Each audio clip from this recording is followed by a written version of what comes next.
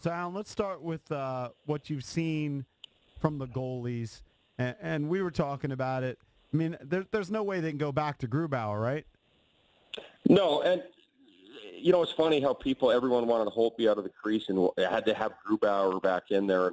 I always say, the backups are great until they're the starter, and then you find out who they really are. It's a huge gamble, and he played great, and I agree with what Barry Trotz did in starting him. But the Blue Jackets were on to something, and every shot has been going to the crossbar. And I know that every team has a scouting report on what they wanted to do, but once Braden went in there, the first couple shots missed the net by Columbus. And the reason why, from my vantage point, and it was on my angle, when I'm looking at the net, he looked monstrous. He looked like he had grown since they had given the net to Grubauer. He looked like he was about 6'5", 6'6", big shoulders. And I thought that was a good sign. So I think the only thing you can do, and this has probably been the plan all along, if there was ever a falter, and they were hoping this wouldn't be the plan, was that Braden would get back in there, and it's the perfect chance for him to be a hero now and win this series.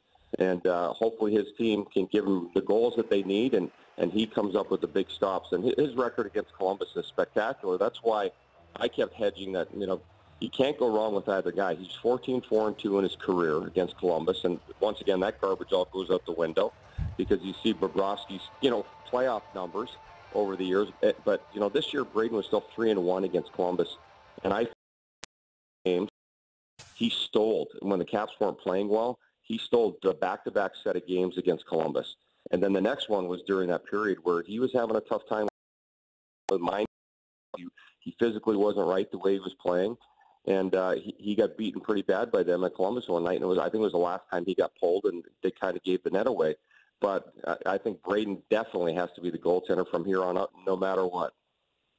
Do you get that sense, of course, you played with the Caps and you're an analyst now, do you get the sense that we've been doing the show, for years and years, taking calls, that it is the same old Caps? Because that's how we get the reaction, same old Caps, and we feel like that.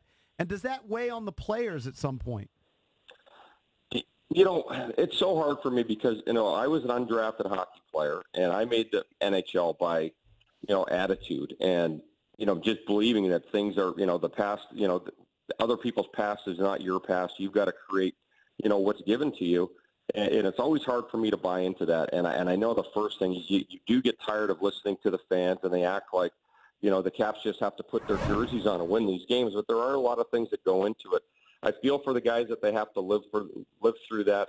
I think that you have to fight through it no matter what. And if it's there, maybe they need 20 psychologists in the room working with these guys at all times. But there's so many new faces this year. How can it be the old Caps? Because I look at the guys that are the old Caps, the guys that went in last night. Ovechkin was a beast. He was so dominant. He was a little nervous to start the game, and then he just got fired up and just kept getting better and better. He played almost 11 minutes, 10 minutes and 59 seconds, I think, is what he played in the third period, if the stat sheet was correct. I'd never seen Kuznetsov and Backstrom fight for pucks on the wall on the power play like they did last night. The reason that power play was getting all those chances and they were tiring Columbus out is because those guys were playing with so much heart and intensity. And John Carlson, he's been here. He had 3 assists. So you look at that, and it's hard to say that it's just the same old Caps because those guys were putting everything they had into the game. And that's why I really feel for those guys today is that, they put it all on the line. Alan, Jacob Vrana sat last night. He was a healthy scratch. Where did you fall on that decision by Coach Trotz? And do you think we see him in games 3 and 4 in Columbus? Well, I was kind of indifferent on that one because I watched that game a total of 4 times. Once live, and then 3 times I put myself and suffered through it. And Jacob had a tough first period the other night. What we notice about him when he's on the ice is how fast he is and the opportunities that he can create when he's got that mindset to get to the net. And he had a beautiful assist the other night. That would have kept him in the lineup for me. But then I saw probably 5 giveaways. They're not always on the what I think is a giveaway doesn't always go on the stat sheet by the league, and I really don't understand how the guys do it. What they decide is a giveaway on the stat sheet. But when you're doing your tracking the game yourself, he had a tough first period. He looked up tight. He passed a couple of times and made giveaways when he should have been shooting the puck. So that one, but how many times during the season do we think Jacob Vrana's got to be in the ice? He's the reason we're going to win this next game. I think his speed is necessary. He's got to be smarter with the puck. I thought I thought the way out because he didn't would have been an easier.